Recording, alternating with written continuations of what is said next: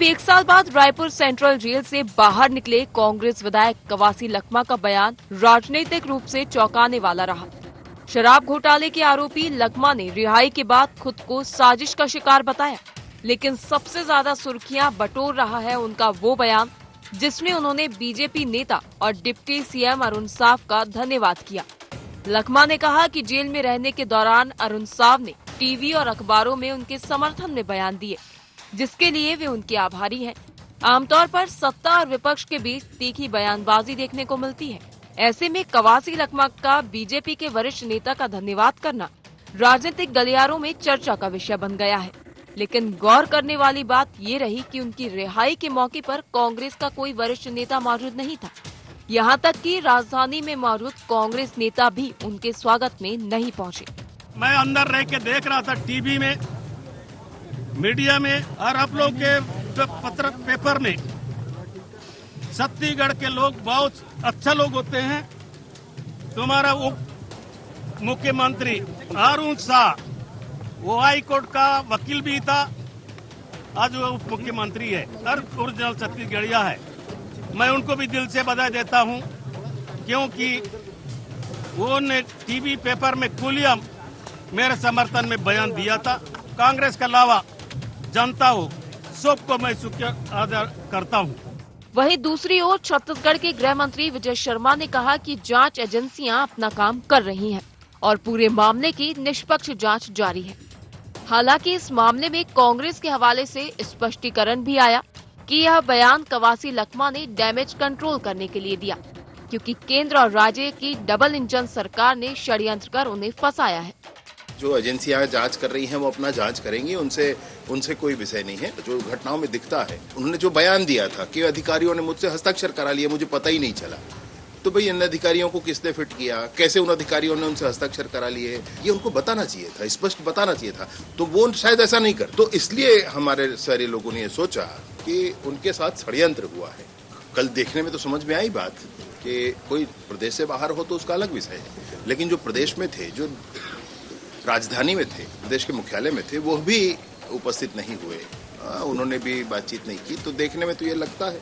कवासी लखमा जी वरिष्ठ आदिवासी नेता हैं, आदिवासियों में उनकी विशेष लोकप्रियता है। भारतीय जनता पार्टी की केंद्र और राज्य सरकार ने मिल के उनको शराब घोटाले में फंसाया था। उनको जो 1 साल तक जेल की सलाखों के पीछे रखा गया, उसके कारण आदिवासी समाज में, प्रदेश के सर्वहारा वर्ग में बहुत ज्यादा नाराजगी है कि कवासी लखमा जैसे सीधे साधे आदिवासी नेता को भारतीय जनता पार्टी ने टारगेट किया। यही कारण है कि कभी अरुण साव जी उनके बारे में बयान देते हैं, कभी विजय शर्मा बयान देती। कवासी लखमा को जेल करने के कारण भारतीय जनता पार्टी के प्रति बहुत ज्यादा नाराजगी है, अरे डैमेज कंट्रोल के कारण इस प्रकार का बयान देते हैं। कुल मिलाकर कवासी लखमा की जमानत के बाद दिया गया बयान सिर्फ एक व्यक्तिगत प्रतिक्रिया नहीं, बल्कि छत्तीसगढ़ की सियासत में नए सवाल खड़े करता नजर आ रहा है। एक तरफ कांग्रेस इसे राजनीतिक षड्यंत्र और डैमेज कंट्रोल से जोड़कर देख रही है, तो वहीं दूसरी ओर बीजेपी इसे जांच एजेंसियों की कार्रवाई का नतीजा बता रही है। लखमा का बीजेपी नेताओं को खुले मंच से धन्यवाद देना और कांग्रेस के बड़े नेताओं की गैर मौजूदगी, इन दोनों ने ही राजनीतिक गलियारों में चर्चाओं को और तेज कर दिया है। आने वाले दिनों में ये देखना दिलचस्प होगा कि इस बयान के सियासी मायने क्या निकलते हैं और इसका असर सत्ता और विपक्ष के रिश्तों पर किस दिशा में जाता है। रायपुर से अद्वैत नाइक की रिपोर्ट।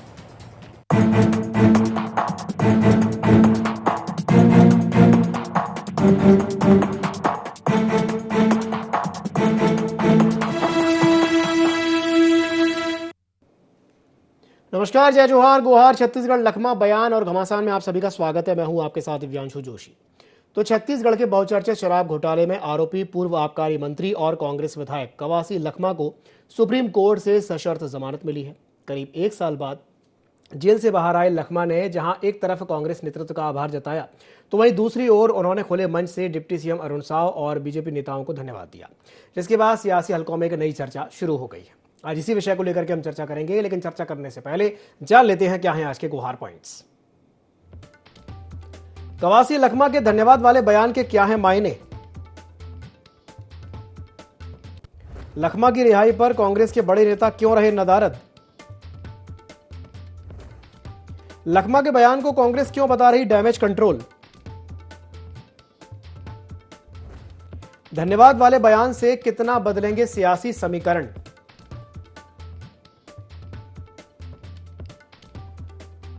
तो धन्यवाद वाले बयान से हलचल जो है वो बढ़ गई है। लखमा ने कुछ ऐसा कह दिया जिस वजह से राजनीति में हलचल मच गई। जमानत के बाद जो है सियासी सुर बदल गए हैं। बीजेपी का उन्होंने धन्यवाद कर दिया और कांग्रेस पर भी सवाल उठ रहे हैं। कवासी लखमा की जमानत के बाद जो सियासी भूचाल है वो छत्तीसगढ़ की राजनीति में देखने को मिल रहा है। कवासी लखमा का ये जो बयान है ये चर्चा का विषय बन गया है। कवासी लखमा ने डिप्टी सीएम अरुण साव को धन्यवाद कहा। बड़े ही भावुक होकर के, बड़े ही रुंधे गले के साथ उन्होंने उनका धन्यवाद किया। बीजेपी को शुक्रिया कहा और कांग्रेस को लेकर के खामोश रहे। जमानत के बाद लखमा का बड़ा सियासी संदेश देखने को मिला है। चलिए तो इस चर्चा को आगे बढ़ाते हैं। कुछ खास मेहमान हमारे साथ चर्चा में शामिल हो रहे हैं। हमारे साथ चर्चा में साथ देने के लिए हमारे साथ जुड़ रहे हैं आलोक सोनी जी, बीजेपी प्रवक्ता हैं। साथ ही साथ हमारे साथ जुड़ेंगे मयंक चतुर्वेदी जी। दोनों ही मेहमानों का बहुत बहुत स्वागत है ID24 में। आलोक जी, क्या आपको मेरी आवाज सुन पा रही है? आलोक जी, क्या आप मेरी आवाज सुन पा रहे हैं? जी हिमांशु जी, आपकी आवाज स्पष्टता से आ रही है। जी जी जी, स्वागत है आपका। चलिए, शुरुआत में आपसे ही करना चाहूंगा, ये जो बयान आया है कवासी लखमा जी का, वो जिस तरीके से अभी हम देख रहे थे, बड़े ही भावुक होकर के वो धन्यवाद कर रहा है, वैसे लेकर के तरह तरह की बातें हो रही हैं उनके बयान को लेकर के, क्या कहेंगे इस पर आलोक जी? देखिए, ये बयान जो है उससे मैं राजनीतिक रूप से नहीं जोड़ना चाहूंगा। सबसे पहले खैर आपके सभी दर्शकों, साथी प्रवक्ता और आपको हिमांशु जी मेरा नमस्कार। ये बयान चूंकि कवासी लखमा जी ने दिया है तो मैं समझता हूं कि इसकी स्पष्टता जो है वो बेहतर तरीके से कवासी लखमा जी ही दे पाएंगे कि किस तरह से। हाँ, जहां तक धन्यवाद की बात है तो कांग्रेस के और बड़े वरिष्ठ नेताओं का भी उन्होंने नाम लिया कि समय समय पर वो मुझे मिलने आए, और भारतीय जनता पार्टी के भी हमारे वरिष्ठ नेताओं का कुछ उन्होंने नाम लिया। लेकिन मैं समझता हूं कि इसकी जो स्पष्टता है वो कवासी लखमा जी ज्यादा बेहतर तरीके से दे पाएंगे, और उनसे ही इसके बारे में संबंधित प्रश्न जो है पूछा जाए। जहां तक उनके रिलीज होने की बात है उस पर मैं जरूर कह सकता हूं, उनके जमानत पे बात कर सकता हूं कि जिस तरह से उन्हें इतने बड़े भारतीय जनता पार्टी छत्तीसगढ़ में हुए बड़े शराब घोटाले में, इतने बड़े शराब घोटाले में आरोपी बनाया गया और इतने समय तक लगातार वो जेल के अंदर रहे। और सबसे बड़ी बात यह है कि आज उनको जो भी जमानत मिली है माननीय उच्चतम न्यायालय से, वो सशर्त मिली है। छत्तीसगढ़ प्रदेश में उन्हें नहीं रहने का आदेश जो है माननीय उच्चतम न्यायालय ने दिया है कि आपको केवल कोर्ट की कार्रवाई में यहाँ पर छत्तीसगढ़ में प्रवेश करना है, ताकि आप किसी भी तरीके से इस जो मामला जो विचाराधीन है, ट्रायल पे है, उसको प्रभावित ना कर सके। ये अपने आप में एक न्यायालय की जो है वो स्पष्टता बयान करती है कि कहीं ना कहीं उनका संगीन होना, उनका जो है इस मामले में बड़ी भूमिका होना, उसके बारे में इशारा करता है। उसके अलावा कांग्रेस के नेतागण, आपने देखा होगा जिस तरह से बड़े नेताओं ने उनसे किनारा किया, और जिस तरह से जब चैतन्य बघेल जी पूर्व मुख्यमंत्री के जो सुपुत्र हैं वो बाहर निकले तो पूरी कांग्रेस उस समय एकजुट थी, चाहे उनके जमानत को लेकर के हो, चाहे उनके जेल जाने को लेकर के धरना प्रदर्शन किया गया था। लेकिन कवासी लखमा के समय पे ये सारे जो बड़े नेता कांग्रेस के नदारद रहे। तो ये जो मामला है इसके बारे में स्पष्टीकरण समझता हूँ कांग्रेस के बड़े नेताओं को, उनके प्रवक्ताओं को आकर के चैनल के माध्यम से, आपके चैनल के माध्यम से और अन्य मीडिया चैनल के माध्यम से स्पष्टीकरण देना चाहिए। चलिए ठीक है, मयंक जी के पास जाना चाहूंगा। मयंक जी, क्या आपको मेरी आवाज मिल रही है? जी सुनाई दे। जी जी, मयंक जी, हमने अभी देखा कि जैसे कल कवासी लखमा जी जब बाहर आए, उन्होंने जो ये बयान दिया, स्टेटमेंट दिया, वहां पर उस समय अब ये राजनीतिक गलियारों में ये चर्चा इसलिए भी ज्यादा उठ रही है कि भाई कांग्रेस का कोई बड़ा नेता मौजूद नहीं था। गिरीश देवांगन जी थे वहां पे, लेकिन उनके अलावा कोई और नहीं था। अब इसे लेकर के तरह तरह की बातें भी हो रही हैं। और दूसरा, उनका डिप्टी सीएम अरुण साव को आगे आकर के धन्यवाद करना, ये कई तरह के मतलब कहना चाहिए कि सवालों को जन्म दे रहा है। कैसे देखते हैं आप इसे, क्या कहेंगे मयंक जी? होता क्या है कि राजनीति में हमको जो पार्टियां एक दूसरे की दुश्मन दिखाई देती हैं, वास्तव में ऐसा होता नहीं। और हमको या आम जनता को ऐसा लगता है या कार्यकर्ताओं को ऐसा लगता है कि जो है क्योंकि हमारी विरोधी पार्टी है तो हमको जो है उसको दुश्मन की तरीके से देखना चाहिए। आप एक उदाहरण देते हैं कि एक और मंत्री है इनके अरुण साहु जी के अलावा, पिछले दिनों एक बड़ी गिरफ्तारी होती है। उस गिरफ्तारी में उनके करीबी लोगों से मंत्री जी संपर्क करते हैं और बातचीत होती है, हमारे सामने ही होती है बातचीत, जबकि पूरी सरकार जो है इस तरीके से उनके खिलाफ ही दिखाई देती है। तो ऐसा नहीं है कि जो वो चीजें दिखाई दे रही हैं वो वास्तव में वैसी ही हो।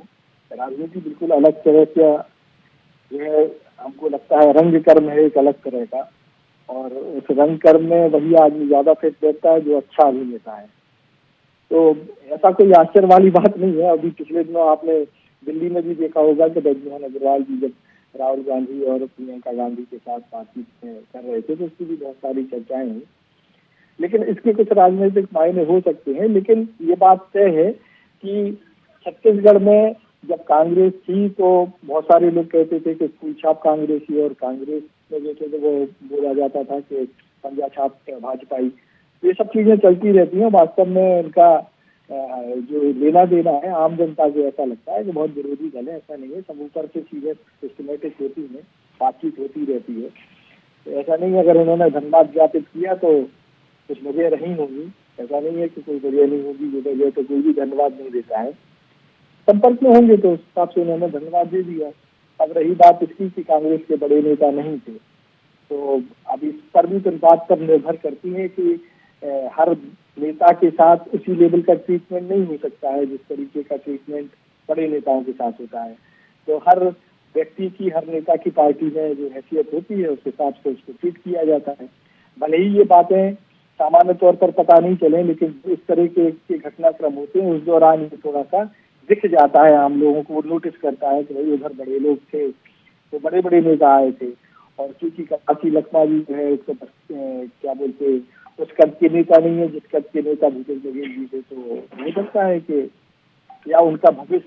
दूसरा एक और चीज होती है कि राजनीति में कि आदमी ये भी देखता है, नेता ये देखता है कि सामने वाले का राजनीतिक भविष्य कितना बड़ा है। जितना ज्यादा लक्ष्य प्रतीत होता है उस हिसाब से उसके पास झुकाव होता जाता है। ये कोई बड़ी चीज हमको नहीं लगती है, लेकिन हाँ ऐसे एक घटनाक्रम बताते हैं कि कैसी कैसी राजनीति चल रही है। चलिए ठीक। आलोक जी, एक सवाल यहाँ पर यह भी उठता है कि जो घूम फिर के बात यही आ रही है ना कि कह रहे हैं कि भाई लखमा जी को बलि का बकरा बनाया गया। अगर वे बलि का बकरा हैं तो फिर वास्तव में दोषी कौन है, और अगर कोई दोषी है तो उस पर क्या कार्रवाई होगी? आलोक जी। हिमांशु जी, देखिए, कानून और व्यवस्था जो है, सिस्टम और हमारी न्यायिक व्यवस्था जिसपे हमें भारतीय जनता पार्टी को पूर्ण विश्वास है कि जो भी संलिप्तता है, जिन्होंने भी किसको मोहरा बनाया है, कौन राजा है कौन प्यादा है, ये तमाम बातें जो है दूध का दूध और पानी का पानी हो जाएगी आने वाले समय में। लेकिन एक बात जरूर मैं कहना चाहूंगा कि दो मामले ऐसे छत्तीसगढ़ के बड़े मामले हैं जिसमें कवासी लखमा जी का नाम आया है। एक बार जब झीरम घाटी की जो घटना थी, जिसमें कवासी लखमा जी के साथ स्वयं वो हम मौजूद थे, कवासी लखमा उस घटना के समय पर में, और वो सकुशल बचे थे। तब कांग्रेस के नेताओं ने जिस तरह से उनसे वार्तालाप और कम्युनिकेशन किया था, वो एक सवाल का विषय है। दूसरा, यदि आप कह रहे हैं कि शराब घोटाले में उनको मोहरा बनाया गया है, उनके पीछे जो किंग पिन थे वो और कोई थे, तो ये दोनों जो है एक बड़े जांच का विषय है कि क्या वाकई में एक भोले भाले आदिवासी नेता को इस तरह से फंसाया है कांग्रेस ने, और जो एक आदिवासी अंचल की आवाज है उसे जो है बिल्कुल इस तरह से फंसाने का प्रयास किया गया है कि वाकई में वो जितने भोले बनते हैं कवासी लखमा उतने भोले नहीं है। इसका जो है वो जांच का विषय है, और मैं समझता हूँ कि बहुत जल्द इस जांच की विषय वस्तु आगे बढ़ेगी। जैसे जैसे ट्रायल आगे बढ़ेगा सारी बातें जो है स्पष्ट रूप से सामने आ जाएगी। चलिए ठीक है, हमारे साथ अभिमन्यु जी भी जुड़ गए। अभिमन्यु जी, स्वागत है आपका IND24 में। अभिमन्यु जी, आपको मेरी आवाज मिल रही है? जी जी जी। तो आज हम जिस विषय पर चर्चा कर रहे हैं, लखमा जी की बात पे चर्चा कर रहे हैं कि उन्होंने डिप्टी CM अरुण साहु का धन्यवाद दिया, और एक सवाल ये भी उठता है कि भाई जब वो रिहा हो रहे थे तो कांग्रेस के तमाम बड़े नेता वहां मौजूद नहीं थे। क्या कहेंगे अभिमन्यु जी?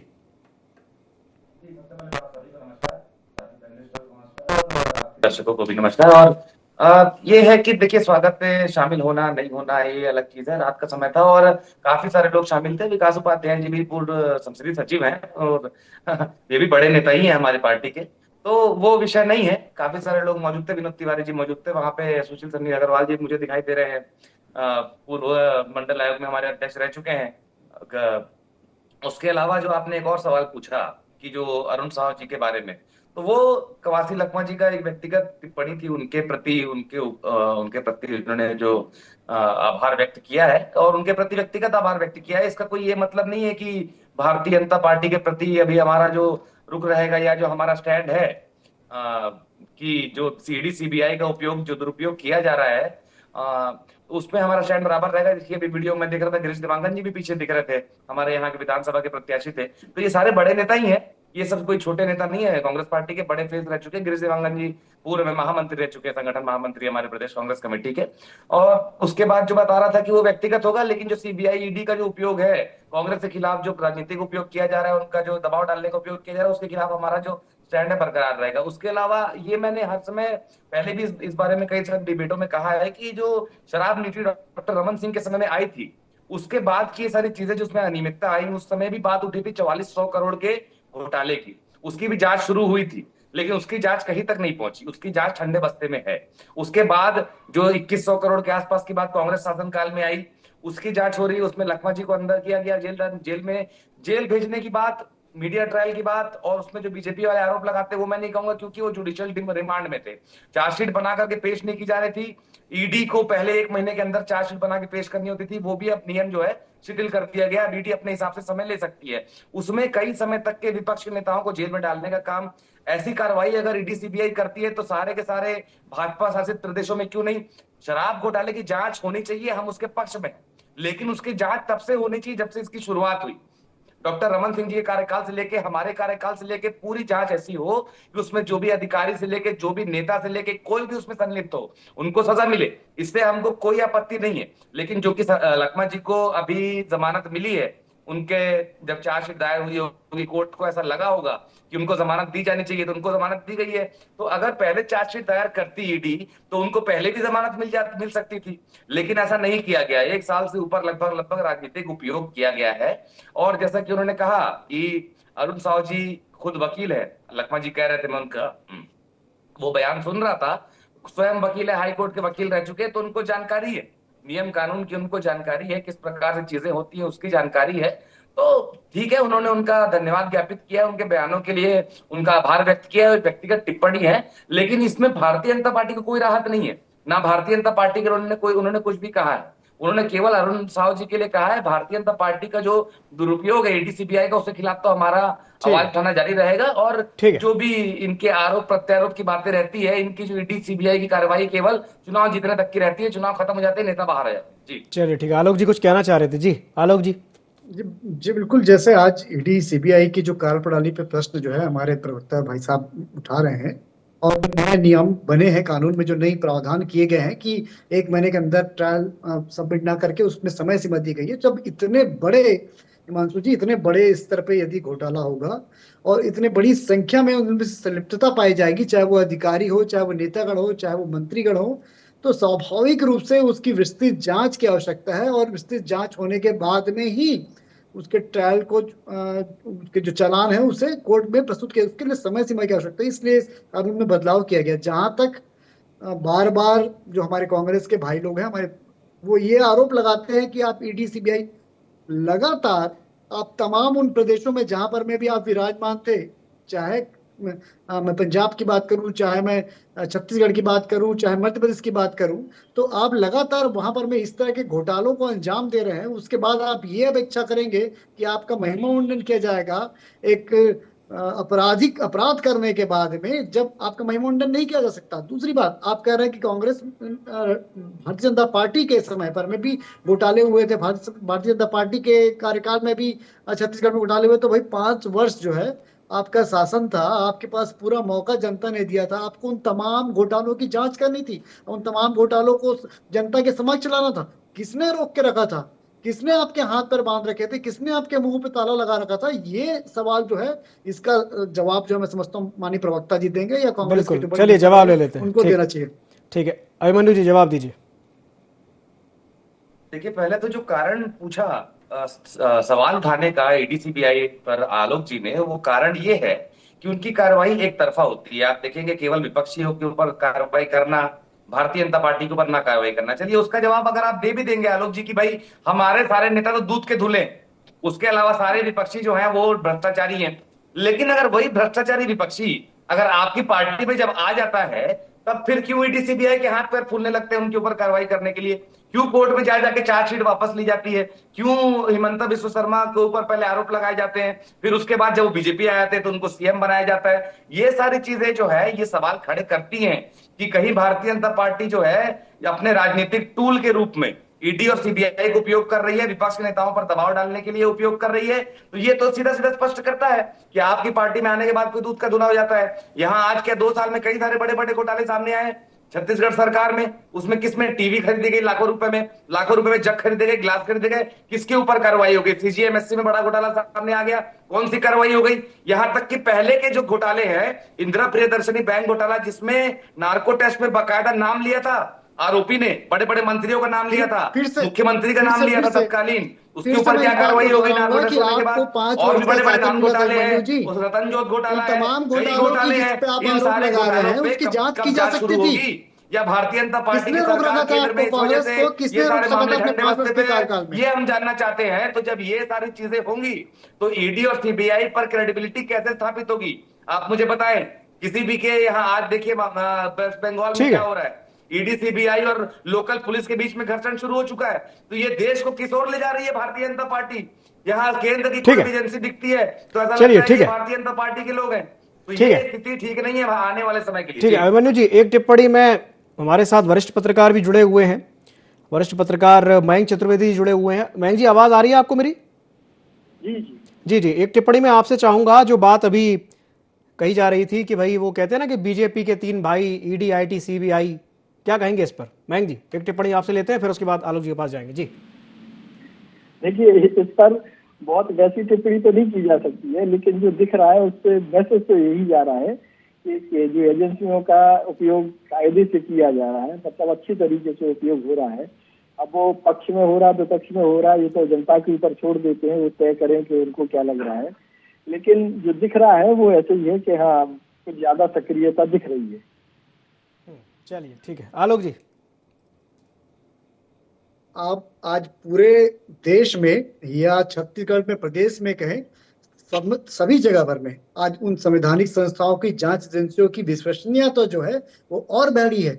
जनता आज इस बात के साथ आश्वस्त है कि कोई भी अपराधी अपराध करके, चाहे वो आर्थिक हो या किसी और प्रकार का हो, बच नहीं सकता। इस बात की तसल्ली कम से कम देश की जनता, सुन लीजिए ना, देश की जनता को है। लेकिन कांग्रेस के साथ में क्या हो गया है? कांग्रेस का कहना है कि यदि कोई भी संवैधानिक संस्था, चाहे वो सीबीआई हो, ईडी हो या इलेक्शन कमीशन हो, उनके फेवर में यदि कोई बात नहीं करती है, उनको यदि कोई फायदा नहीं पहुंचाती है, तो वो सारी संस्थाएं जो है वो संवैधानिक रूप से काम नहीं कर रही है, वो सरकार के सारे पे। मतलब आप ये कहना चाहते हैं कि जो भी काम हो वो कांग्रेस के फेवर में होनी चाहिए, तभी बेहतर होगा। आप चुनाव जीतते हैं तो हमारे फेवर में तो रोना नहीं रोते, आप जब चुनाव आते हैं तो ईवीएम को 2 दिन लगते हैं। फेवर की बात नहीं कर रहे हैं आलोक जी, वो फेवर की बात नहीं कर रहे, वो तो ये कह रहे हैं कि भाई अगर भाई कार्रवाई करनी है, कार्रवाई अगर होनी है तो बराबरी से होनी चाहिए। क्या बीजेपी, क्या कांग्रेस?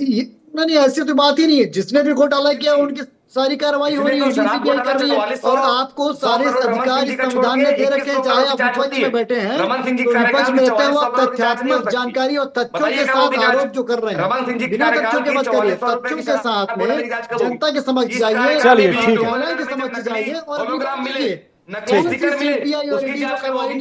चलिए ठीक है, समय की बाध्यता है। ठीक है, चलिए बहुत बहुत धन्यवाद आप तीनों मेहमानों का हमारे साथ जुड़ने के लिए और चर्चा में शामिल होने के लिए। तो बात इतनी सी है कि ईडी आईटी सीबीआई वो एक अलग विषय है, लेकिन जो बात अभी जो लखमा जी पर हम जो बात कर रहे थे, अब उनके वक्तव्य को, उनका जो बयान आया है उसे लेकर के कांग्रेस तो ये कह रही कि भाई ये तो उनका निजी बयान है, वो धन्यवाद किसी को भी कर सकते हैं, तो इसमें कोई ज्यादा राजनीतिक तूल देने जैसी कोई बात नहीं हो, ज्यादा संभावनाएं तलाशने की भी जरूरत नहीं। गुहार छत्तीसगढ़ में फिलहाल के लिए इतना ही, मुझे दीजिए इजाजत और आप बने रहिए ID24 के साथ। नमस्कार।